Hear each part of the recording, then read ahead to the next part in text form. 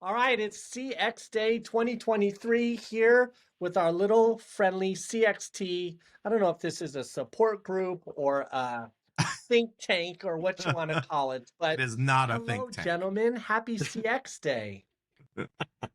What's up, Dennis? Good morning.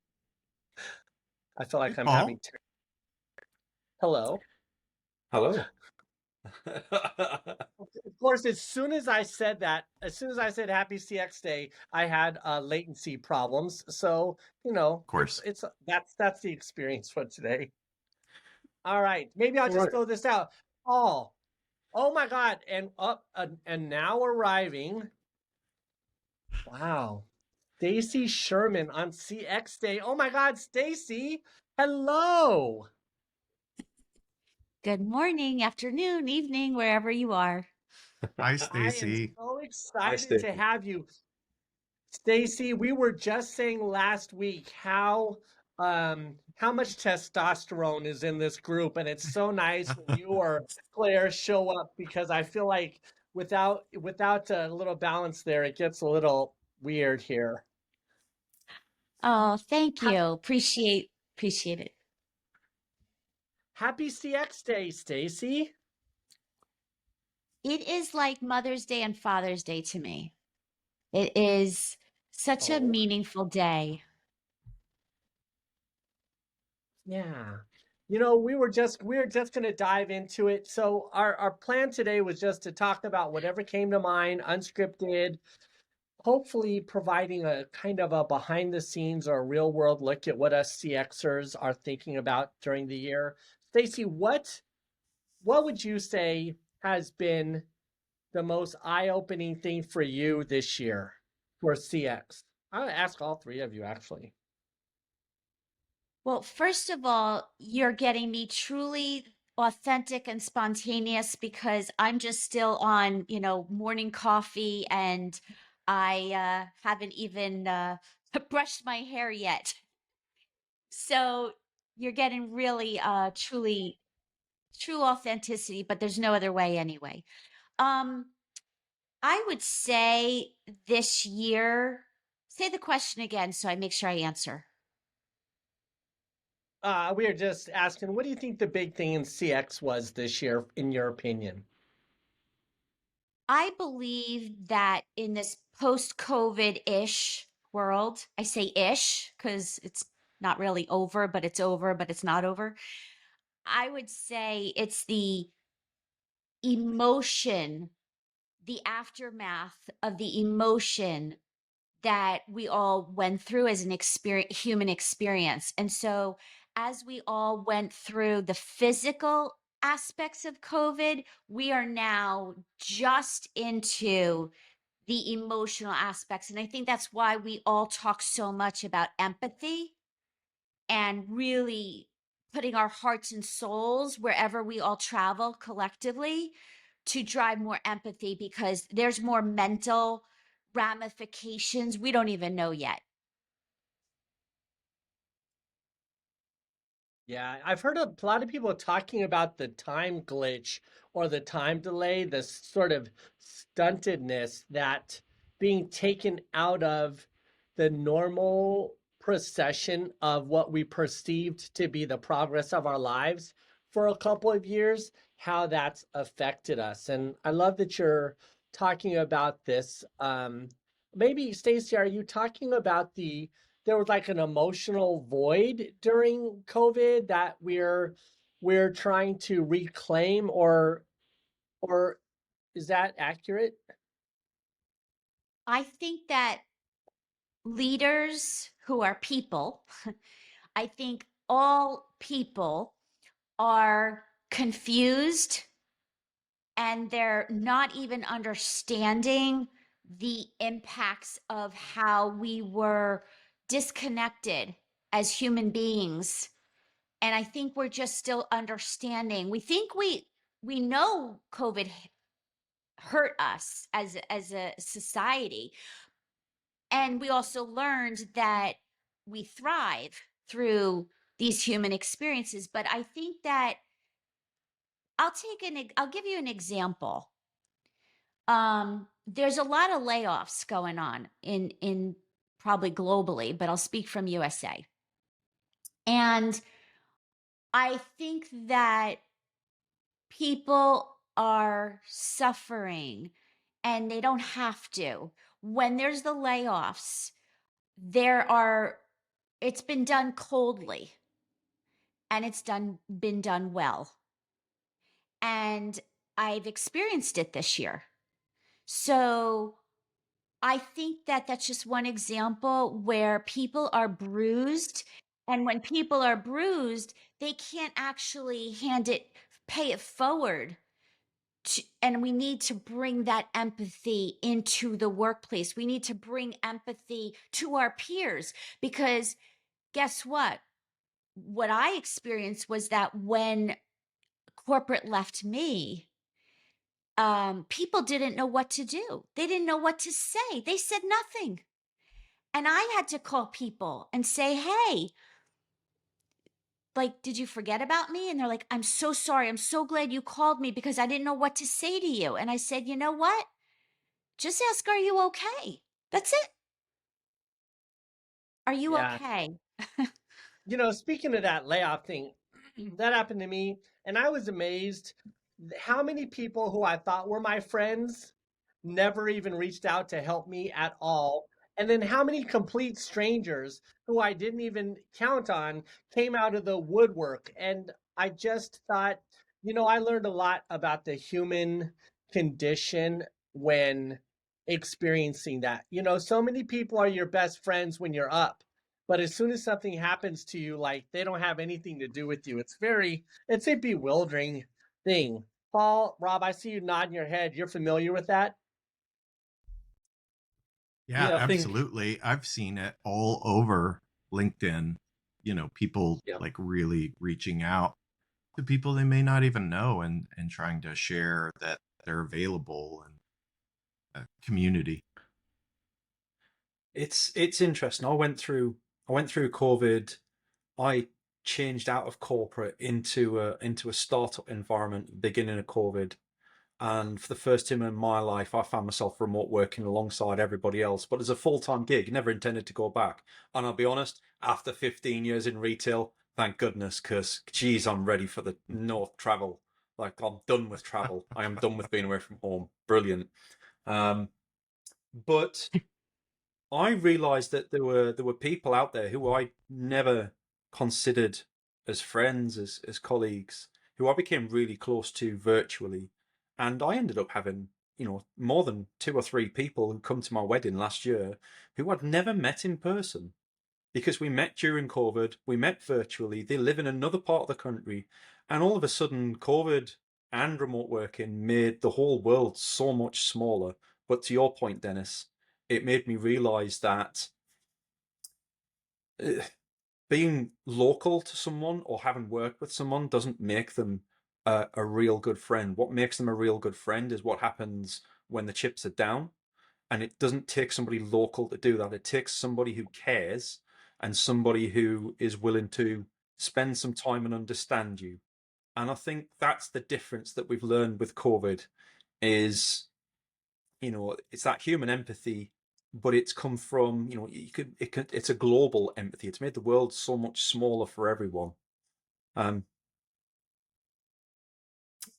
I'll just jump in there because one of the things that we often talk about every Tuesday morning is this little group. Here we all are. We're CX focused for the most part. Paul, you are too, but we're content creators. We work independently to add value to the communities around us. We spend a lot of time online building relationships. And I think it's an interesting job description that we all have that is so unique to the industry. I know from my personal experience, your mileage may vary, that the more you put yourself out there, the more you reach out to strangers, the more you try to offer value to the industry at large, the byproduct of that is the more the brand that you work for doesn't know how to deal with you and doesn't know how to participate in that and the irony that this a personal quest that we have to give ends up being the thing that divorces us from a lot of the normal brands and business operations, the hierarchies, the process. I think it's an interesting dilemma or an interesting opportunity that presents itself. But I know that, to your point, Rob, I mean Paul, we didn't even know each other um, a few weeks ago, and now every Tuesday we show up, we talk about our men's issues, our content issues, our AI issues, and now we even get to talk about it in front of Stacy. It's an amazing new world. It is, but do you know what, Dennis? The thing that really frustrates me about CX Day is that it's drawn attention to one day of the year to making a focus on things, and yet still we sit here on CX Day talking about CX whilst businesses still hide their phone number from their customers, whilst we still have 2-3 hour queues on phone lines to get through to people, and we still have the same, due to unexpected demand, calls are taking longer than normal to answer, which we've been playing for 3 years. So, like, my challenge, CX Day this year, like, and I appreciate customer service is not the ins and outs of CX, but it is a big chunk of it, elements of it. My challenge today is, if you're one of those businesses that is guilty of that, go away, have a think, explore things from your customer's perspective, and put some point behind having a whole day towards CX rather than just patting ourselves on the back. We've got a hell of a lot of work to do in this industry. I want to add, when I worked at an elevator company, global company, before I got there, they had only come together as a company, not only, but majority of the time is when there were deaths, because there was so much in the elevator industry that just so many mishaps, especially for the mechanics. And when I brought CX Day to the company, it was so well received and it became an annual tradition. But the thing I want to say is that when I ask people afterwards for feedback, obviously we CXers do that, and they said, I loved it. I asked all the employees, I loved it, but it felt weird. I said, what do you mean it felt weird? Because we had cake and balloons and everything. And they said, we're just not used to coming together for a happy celebration. We're used to coming together to mourn. And there was this whole motto. Every computer had a sticker on it that said, not one more death, and in the elevator industry. And so I just think that I want people to remember this, that CX Day, to some people, it might feel weird, and yet they love it and they don't understand it. And then it becomes the tradition. I want to jump in there because I love that you're bringing in these deeper ideas about, I mean, not all companies, maybe most companies don't deal with um, deaths or crisis like that. But on the other side of that, I want to just say on CX Day, Stacy, I know you've been doing quite a lot of interviews and discussions on the front lines, as I have. And one of the things that's been most enlightening to me this year is when I was filming the frontline agents in very impoverished or not well high economic classes around the world. And the irony for me was I was staying in a 5-star luxury resort during the day and then going to places in the world where they were having a murder every 48 hours. And that's where the agents lived, and that's where they provided their customer service. And my realization that the world's haves call the have-nots to demand satisfaction, I wanted to get my mind wrapped around that. And what I took from that whole experience of going from one end of the spectrum to the other and back every day is that despite you know, customer service, complaints or returns or CX, wherever you go in the world, there are these human truths. And in Africa, they called it Ubuntu, where I exist because you exist, sort of recognition that we're all human beings. And I sometimes I think back to what you were saying, Stacy, is the world is bound by our willingness or belief in helping each other or not helping each other. And so on CX Day, the thing that comes to my mind is we're all in this together, regardless of what you call it, you know?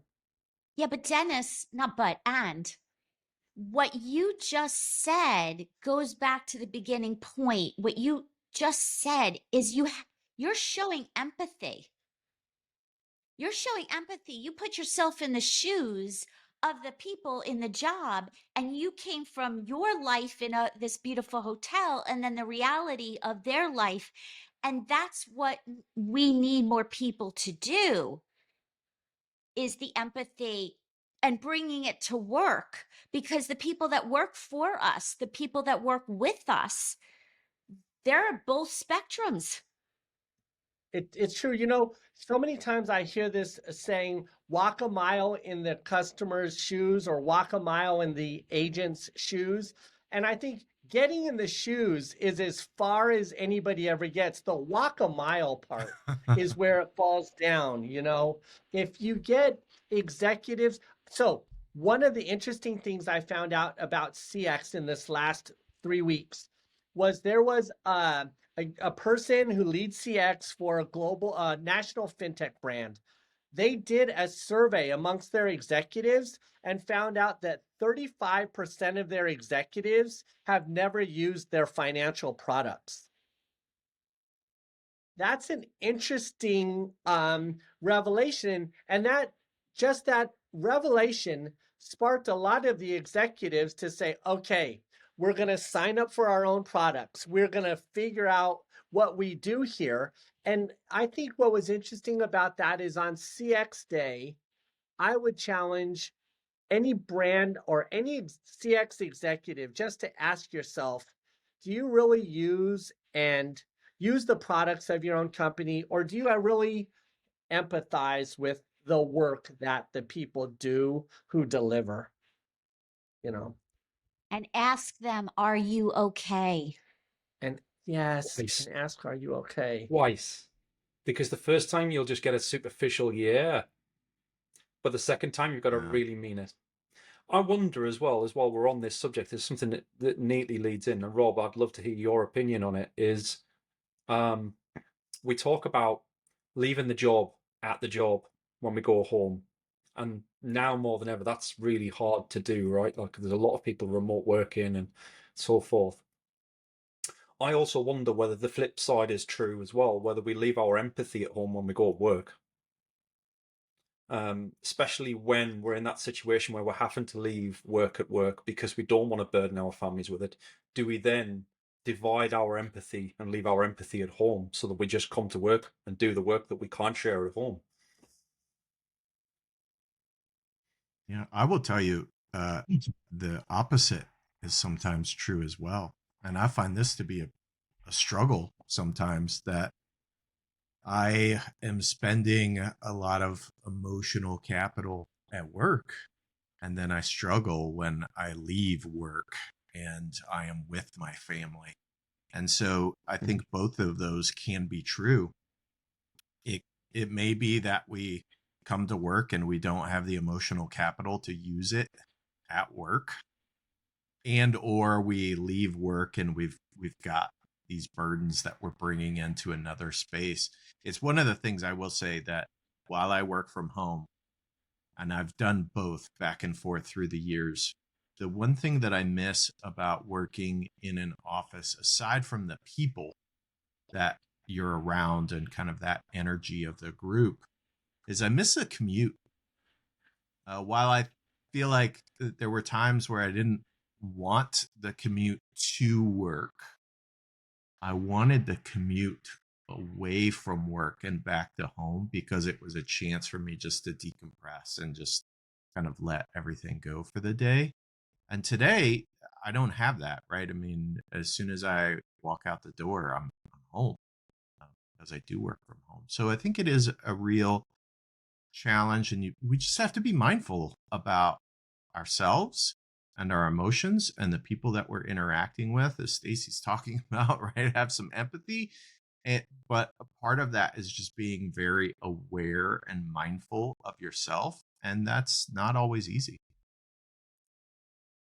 I want to add to what you're saying and something that's real time for me this year, back to your original question. One is that work, how do I say this? We have a chance to do the work that we love.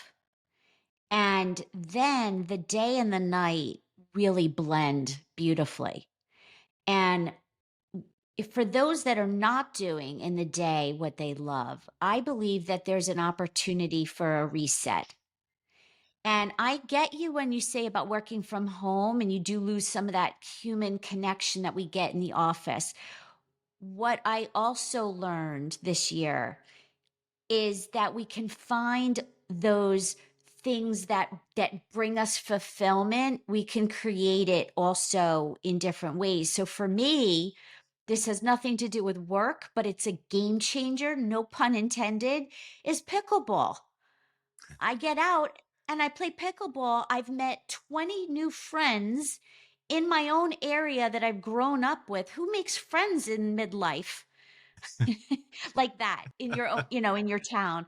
And I'm running and I'm playing and I'm making friends. And so the example is really just you can create what you really need to fulfill if you're in a job that doesn't necessarily match what you love, or go get the job that matches and blends your life.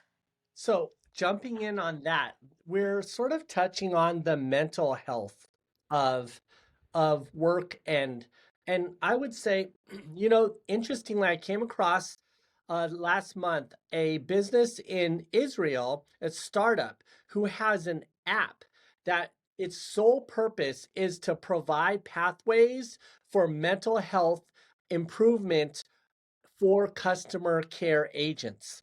So, you think about we're complaining about like, oh, I get my mind right on my commute, or maybe it's exercise or whatever, but none of us have to pick up the phone to somebody who's unhappy every few minutes.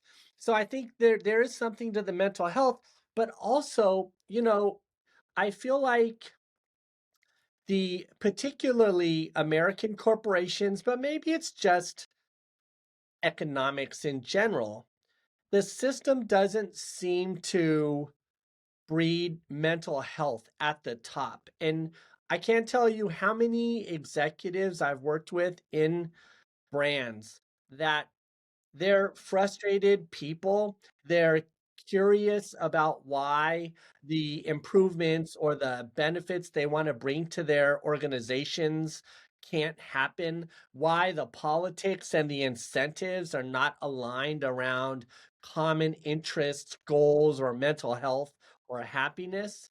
And it's interesting that we have like customer satisfaction metrics, but so many of us, I think, are not actually addressing the mental health challenges it takes to create change. Change is an Got- unhospitable business proposition. You're right. There's go, Stacy, go on. Go ahead.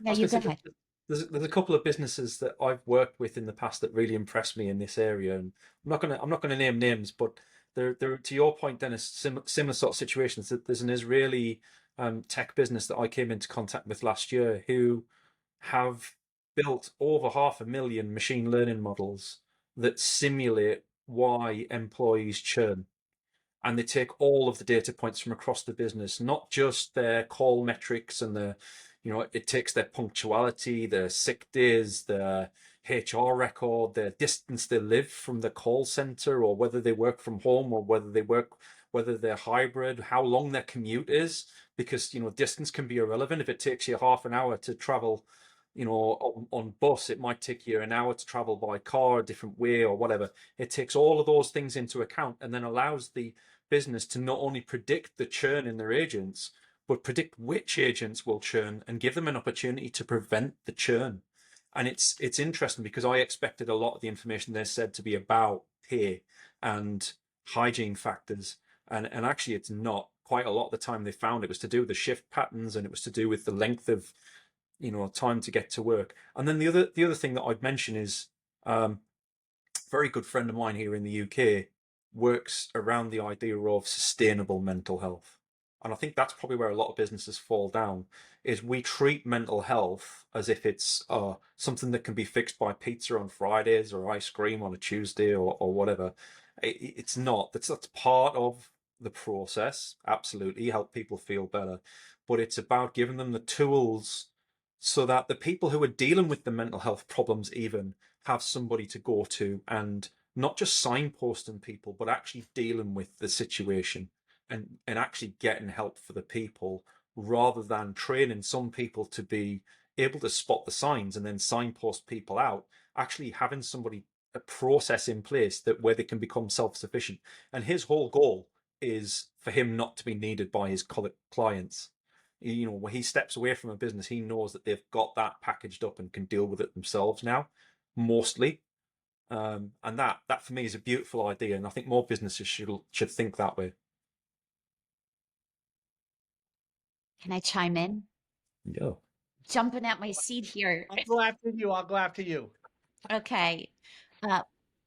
Paul, great, great point. And I want to emphasize that people listening are not, it's not just about you have to be trained in mental health. We're not doctors. But we can, going back to, are you okay? And the agent says, you know what? I'm not. Let me tell you, actually, a real example.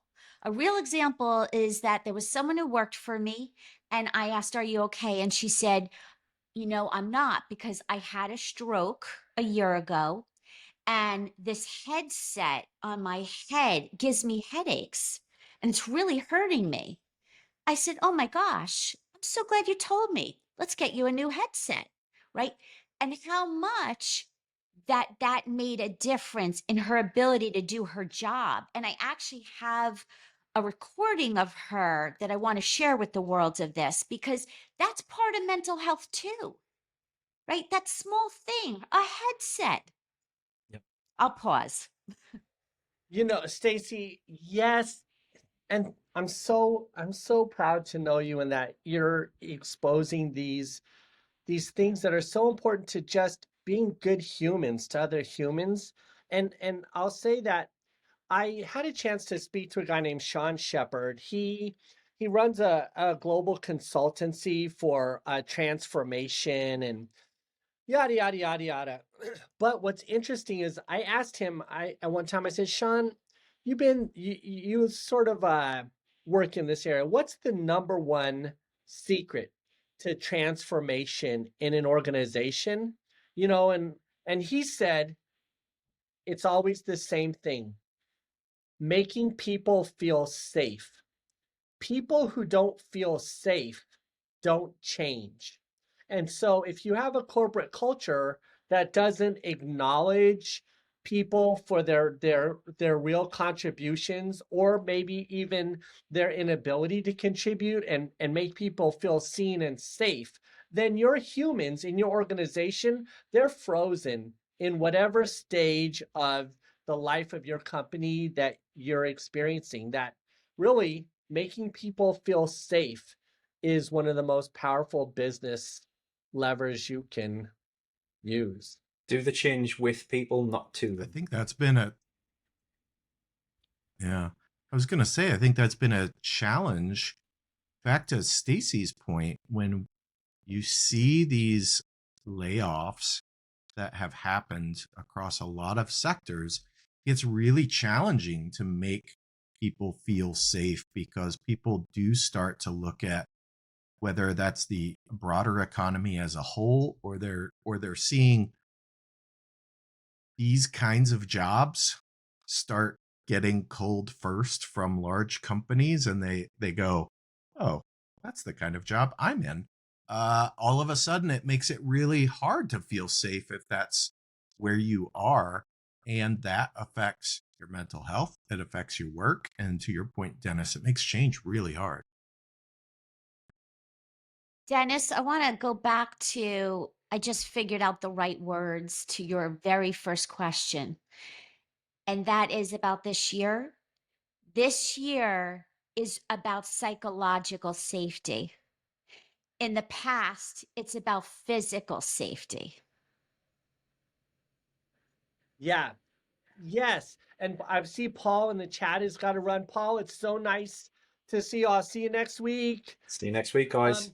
Stacy, back to what you were saying, and thank you for bringing this. You're such a pro podcaster and content creator, bringing us back to the purpose of CX Day. I want to say, with regard to psychological safety, here's a shout out to all the CEOs out there, because the one job that probably feels the most unsafe in the world is the CEO. And CEOs who have to report to boards and shareholders and the stock market and politicians. CEOs probably have the most. I don't have any research to support this, but I would suggest that CEOs have one of the most unsafe jobs in in the world, and that's probably why customer experience has such a hard time trickling throughout an organization, because if the CEO feels safe and they can see change and make change and feel empowered, I think those are the organizations that have the best opportunity for customer experience. You know, Yes. Dennis, I was listening to a podcast recently about teams and kind of the strength of what ingredients are needed for teams to perform well. And one of the key pieces, certainly not the only piece, but a big part of it was longevity, right? People being together, because you kind of get a group IQ, and that group IQ allows you to kind of understand like who's good at what and when they're going to jump in. You just kind of get this dynamic where people are comfortable with each other and kind of understand each other. And I think that when you, whether it's CEOs moving in and out or any other piece of an organization where you see a lot of movement in and out, I think that makes it a challenge, particularly for that long-term type of thinking and long-term type of project. And we all know CX is not we already talked about it, right? It's not pizza on Fridays. It's a long-term strategy that has to be continually executed and iterated on. And so those changes in leadership positions make it really difficult to continue to execute on that. Great point, Robin. You know, I was having lunch with the head of CX for Oracle last week, and we were discussing some of the challenges for customer experience at scale. And one of the things that I brought up, and we both agreed that it's interesting, the tenure of employees, that there is this process of, let's say, just for argument's sake, you have 10 different employees who all introduce 10 different technologies, 10 different contracts, 10 different solutions, and they get integrated in order to try to create scale for customers for one benefit or another. But what we don't talk about enough is, of those 10, they're constantly moved, the employee or the person is constantly changing. So you have, let's say, Bill, who leaves 5 years in, and nobody really knows. Bill protected it because he wanted to feel safe. He made it so he was the only one who understood this. But now Bill's gone, and this Bill, Joe, Jenny, Jessica, they all leave. And pretty soon you have a customer experience leader who's come in and has this plethora of technologies and complexities, but no one has stayed around long enough to create the cohesion or the continuity that ultimately benefits the front lines or the customers. It it's a real thing. Mm-hmm. Keeping teams together longer and making CEOs feel safe to create a sense. There should be, to your point, Stacy, a psychological safety score that is a key indicator as to whether you should even be talking about CX as an organization. I don't know. I'm ranting. Oh my gosh, yes. That, I think, psychological safety score. And I love Rob's comment. I wrote it down that CX is not pizzas on Fridays. I am going to quote you everywhere. Well, I think we just came up with some new KPIs. At least one. To be fair though, pizzas on Fridays is has to be a KPI somewhere. It's just not. It's It just is at not my the. house. We actually that's our Friday night is pizza, It's a leading and indicator, maybe. it is it's not a work thing, but in our house, Friday night is pizza night. All right. Well, Stacy, I love that you summed it up. Pizza CX is not pizza on Fridays. It's been great talking to everyone on this edition of CX Stacy, it's so nice to have you here. We just are getting together every Tuesday. Stacy, this is the first episode where we decided last week. So, backstory.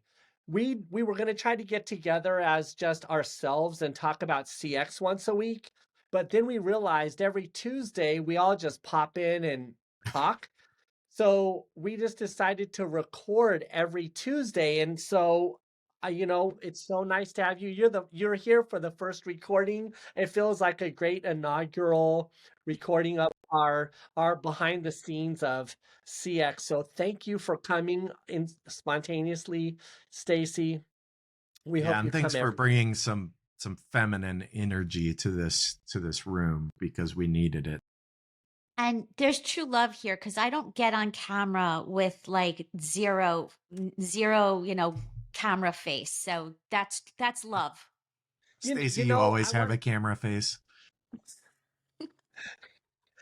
I love that you said that, Stacy. This was the whole essence of what we wanted to do here was just be ourselves. And thank you for it. I know you mean that. And I was like, wow, she's really coming in her hat. She's like in this. All right. I heart both of you. Happy CX Day. Do you have any final parts before I stop the recording? Any final thoughts? Let's do something with what we all said here. Um, if you send me the recording, I can help with that. I will send you the raw recording of yourself I separately, and I'll send you the group. My plan was to just quickly take this, put the upload it to YouTube and have it handy there, but I'll send everybody here the raw files as well. Yeah, Yeah, and sounds put good. if in the email, just put everybody's names so I can make sure I reference everybody. Will do. Rob, any final thoughts, sir? I need more coffee.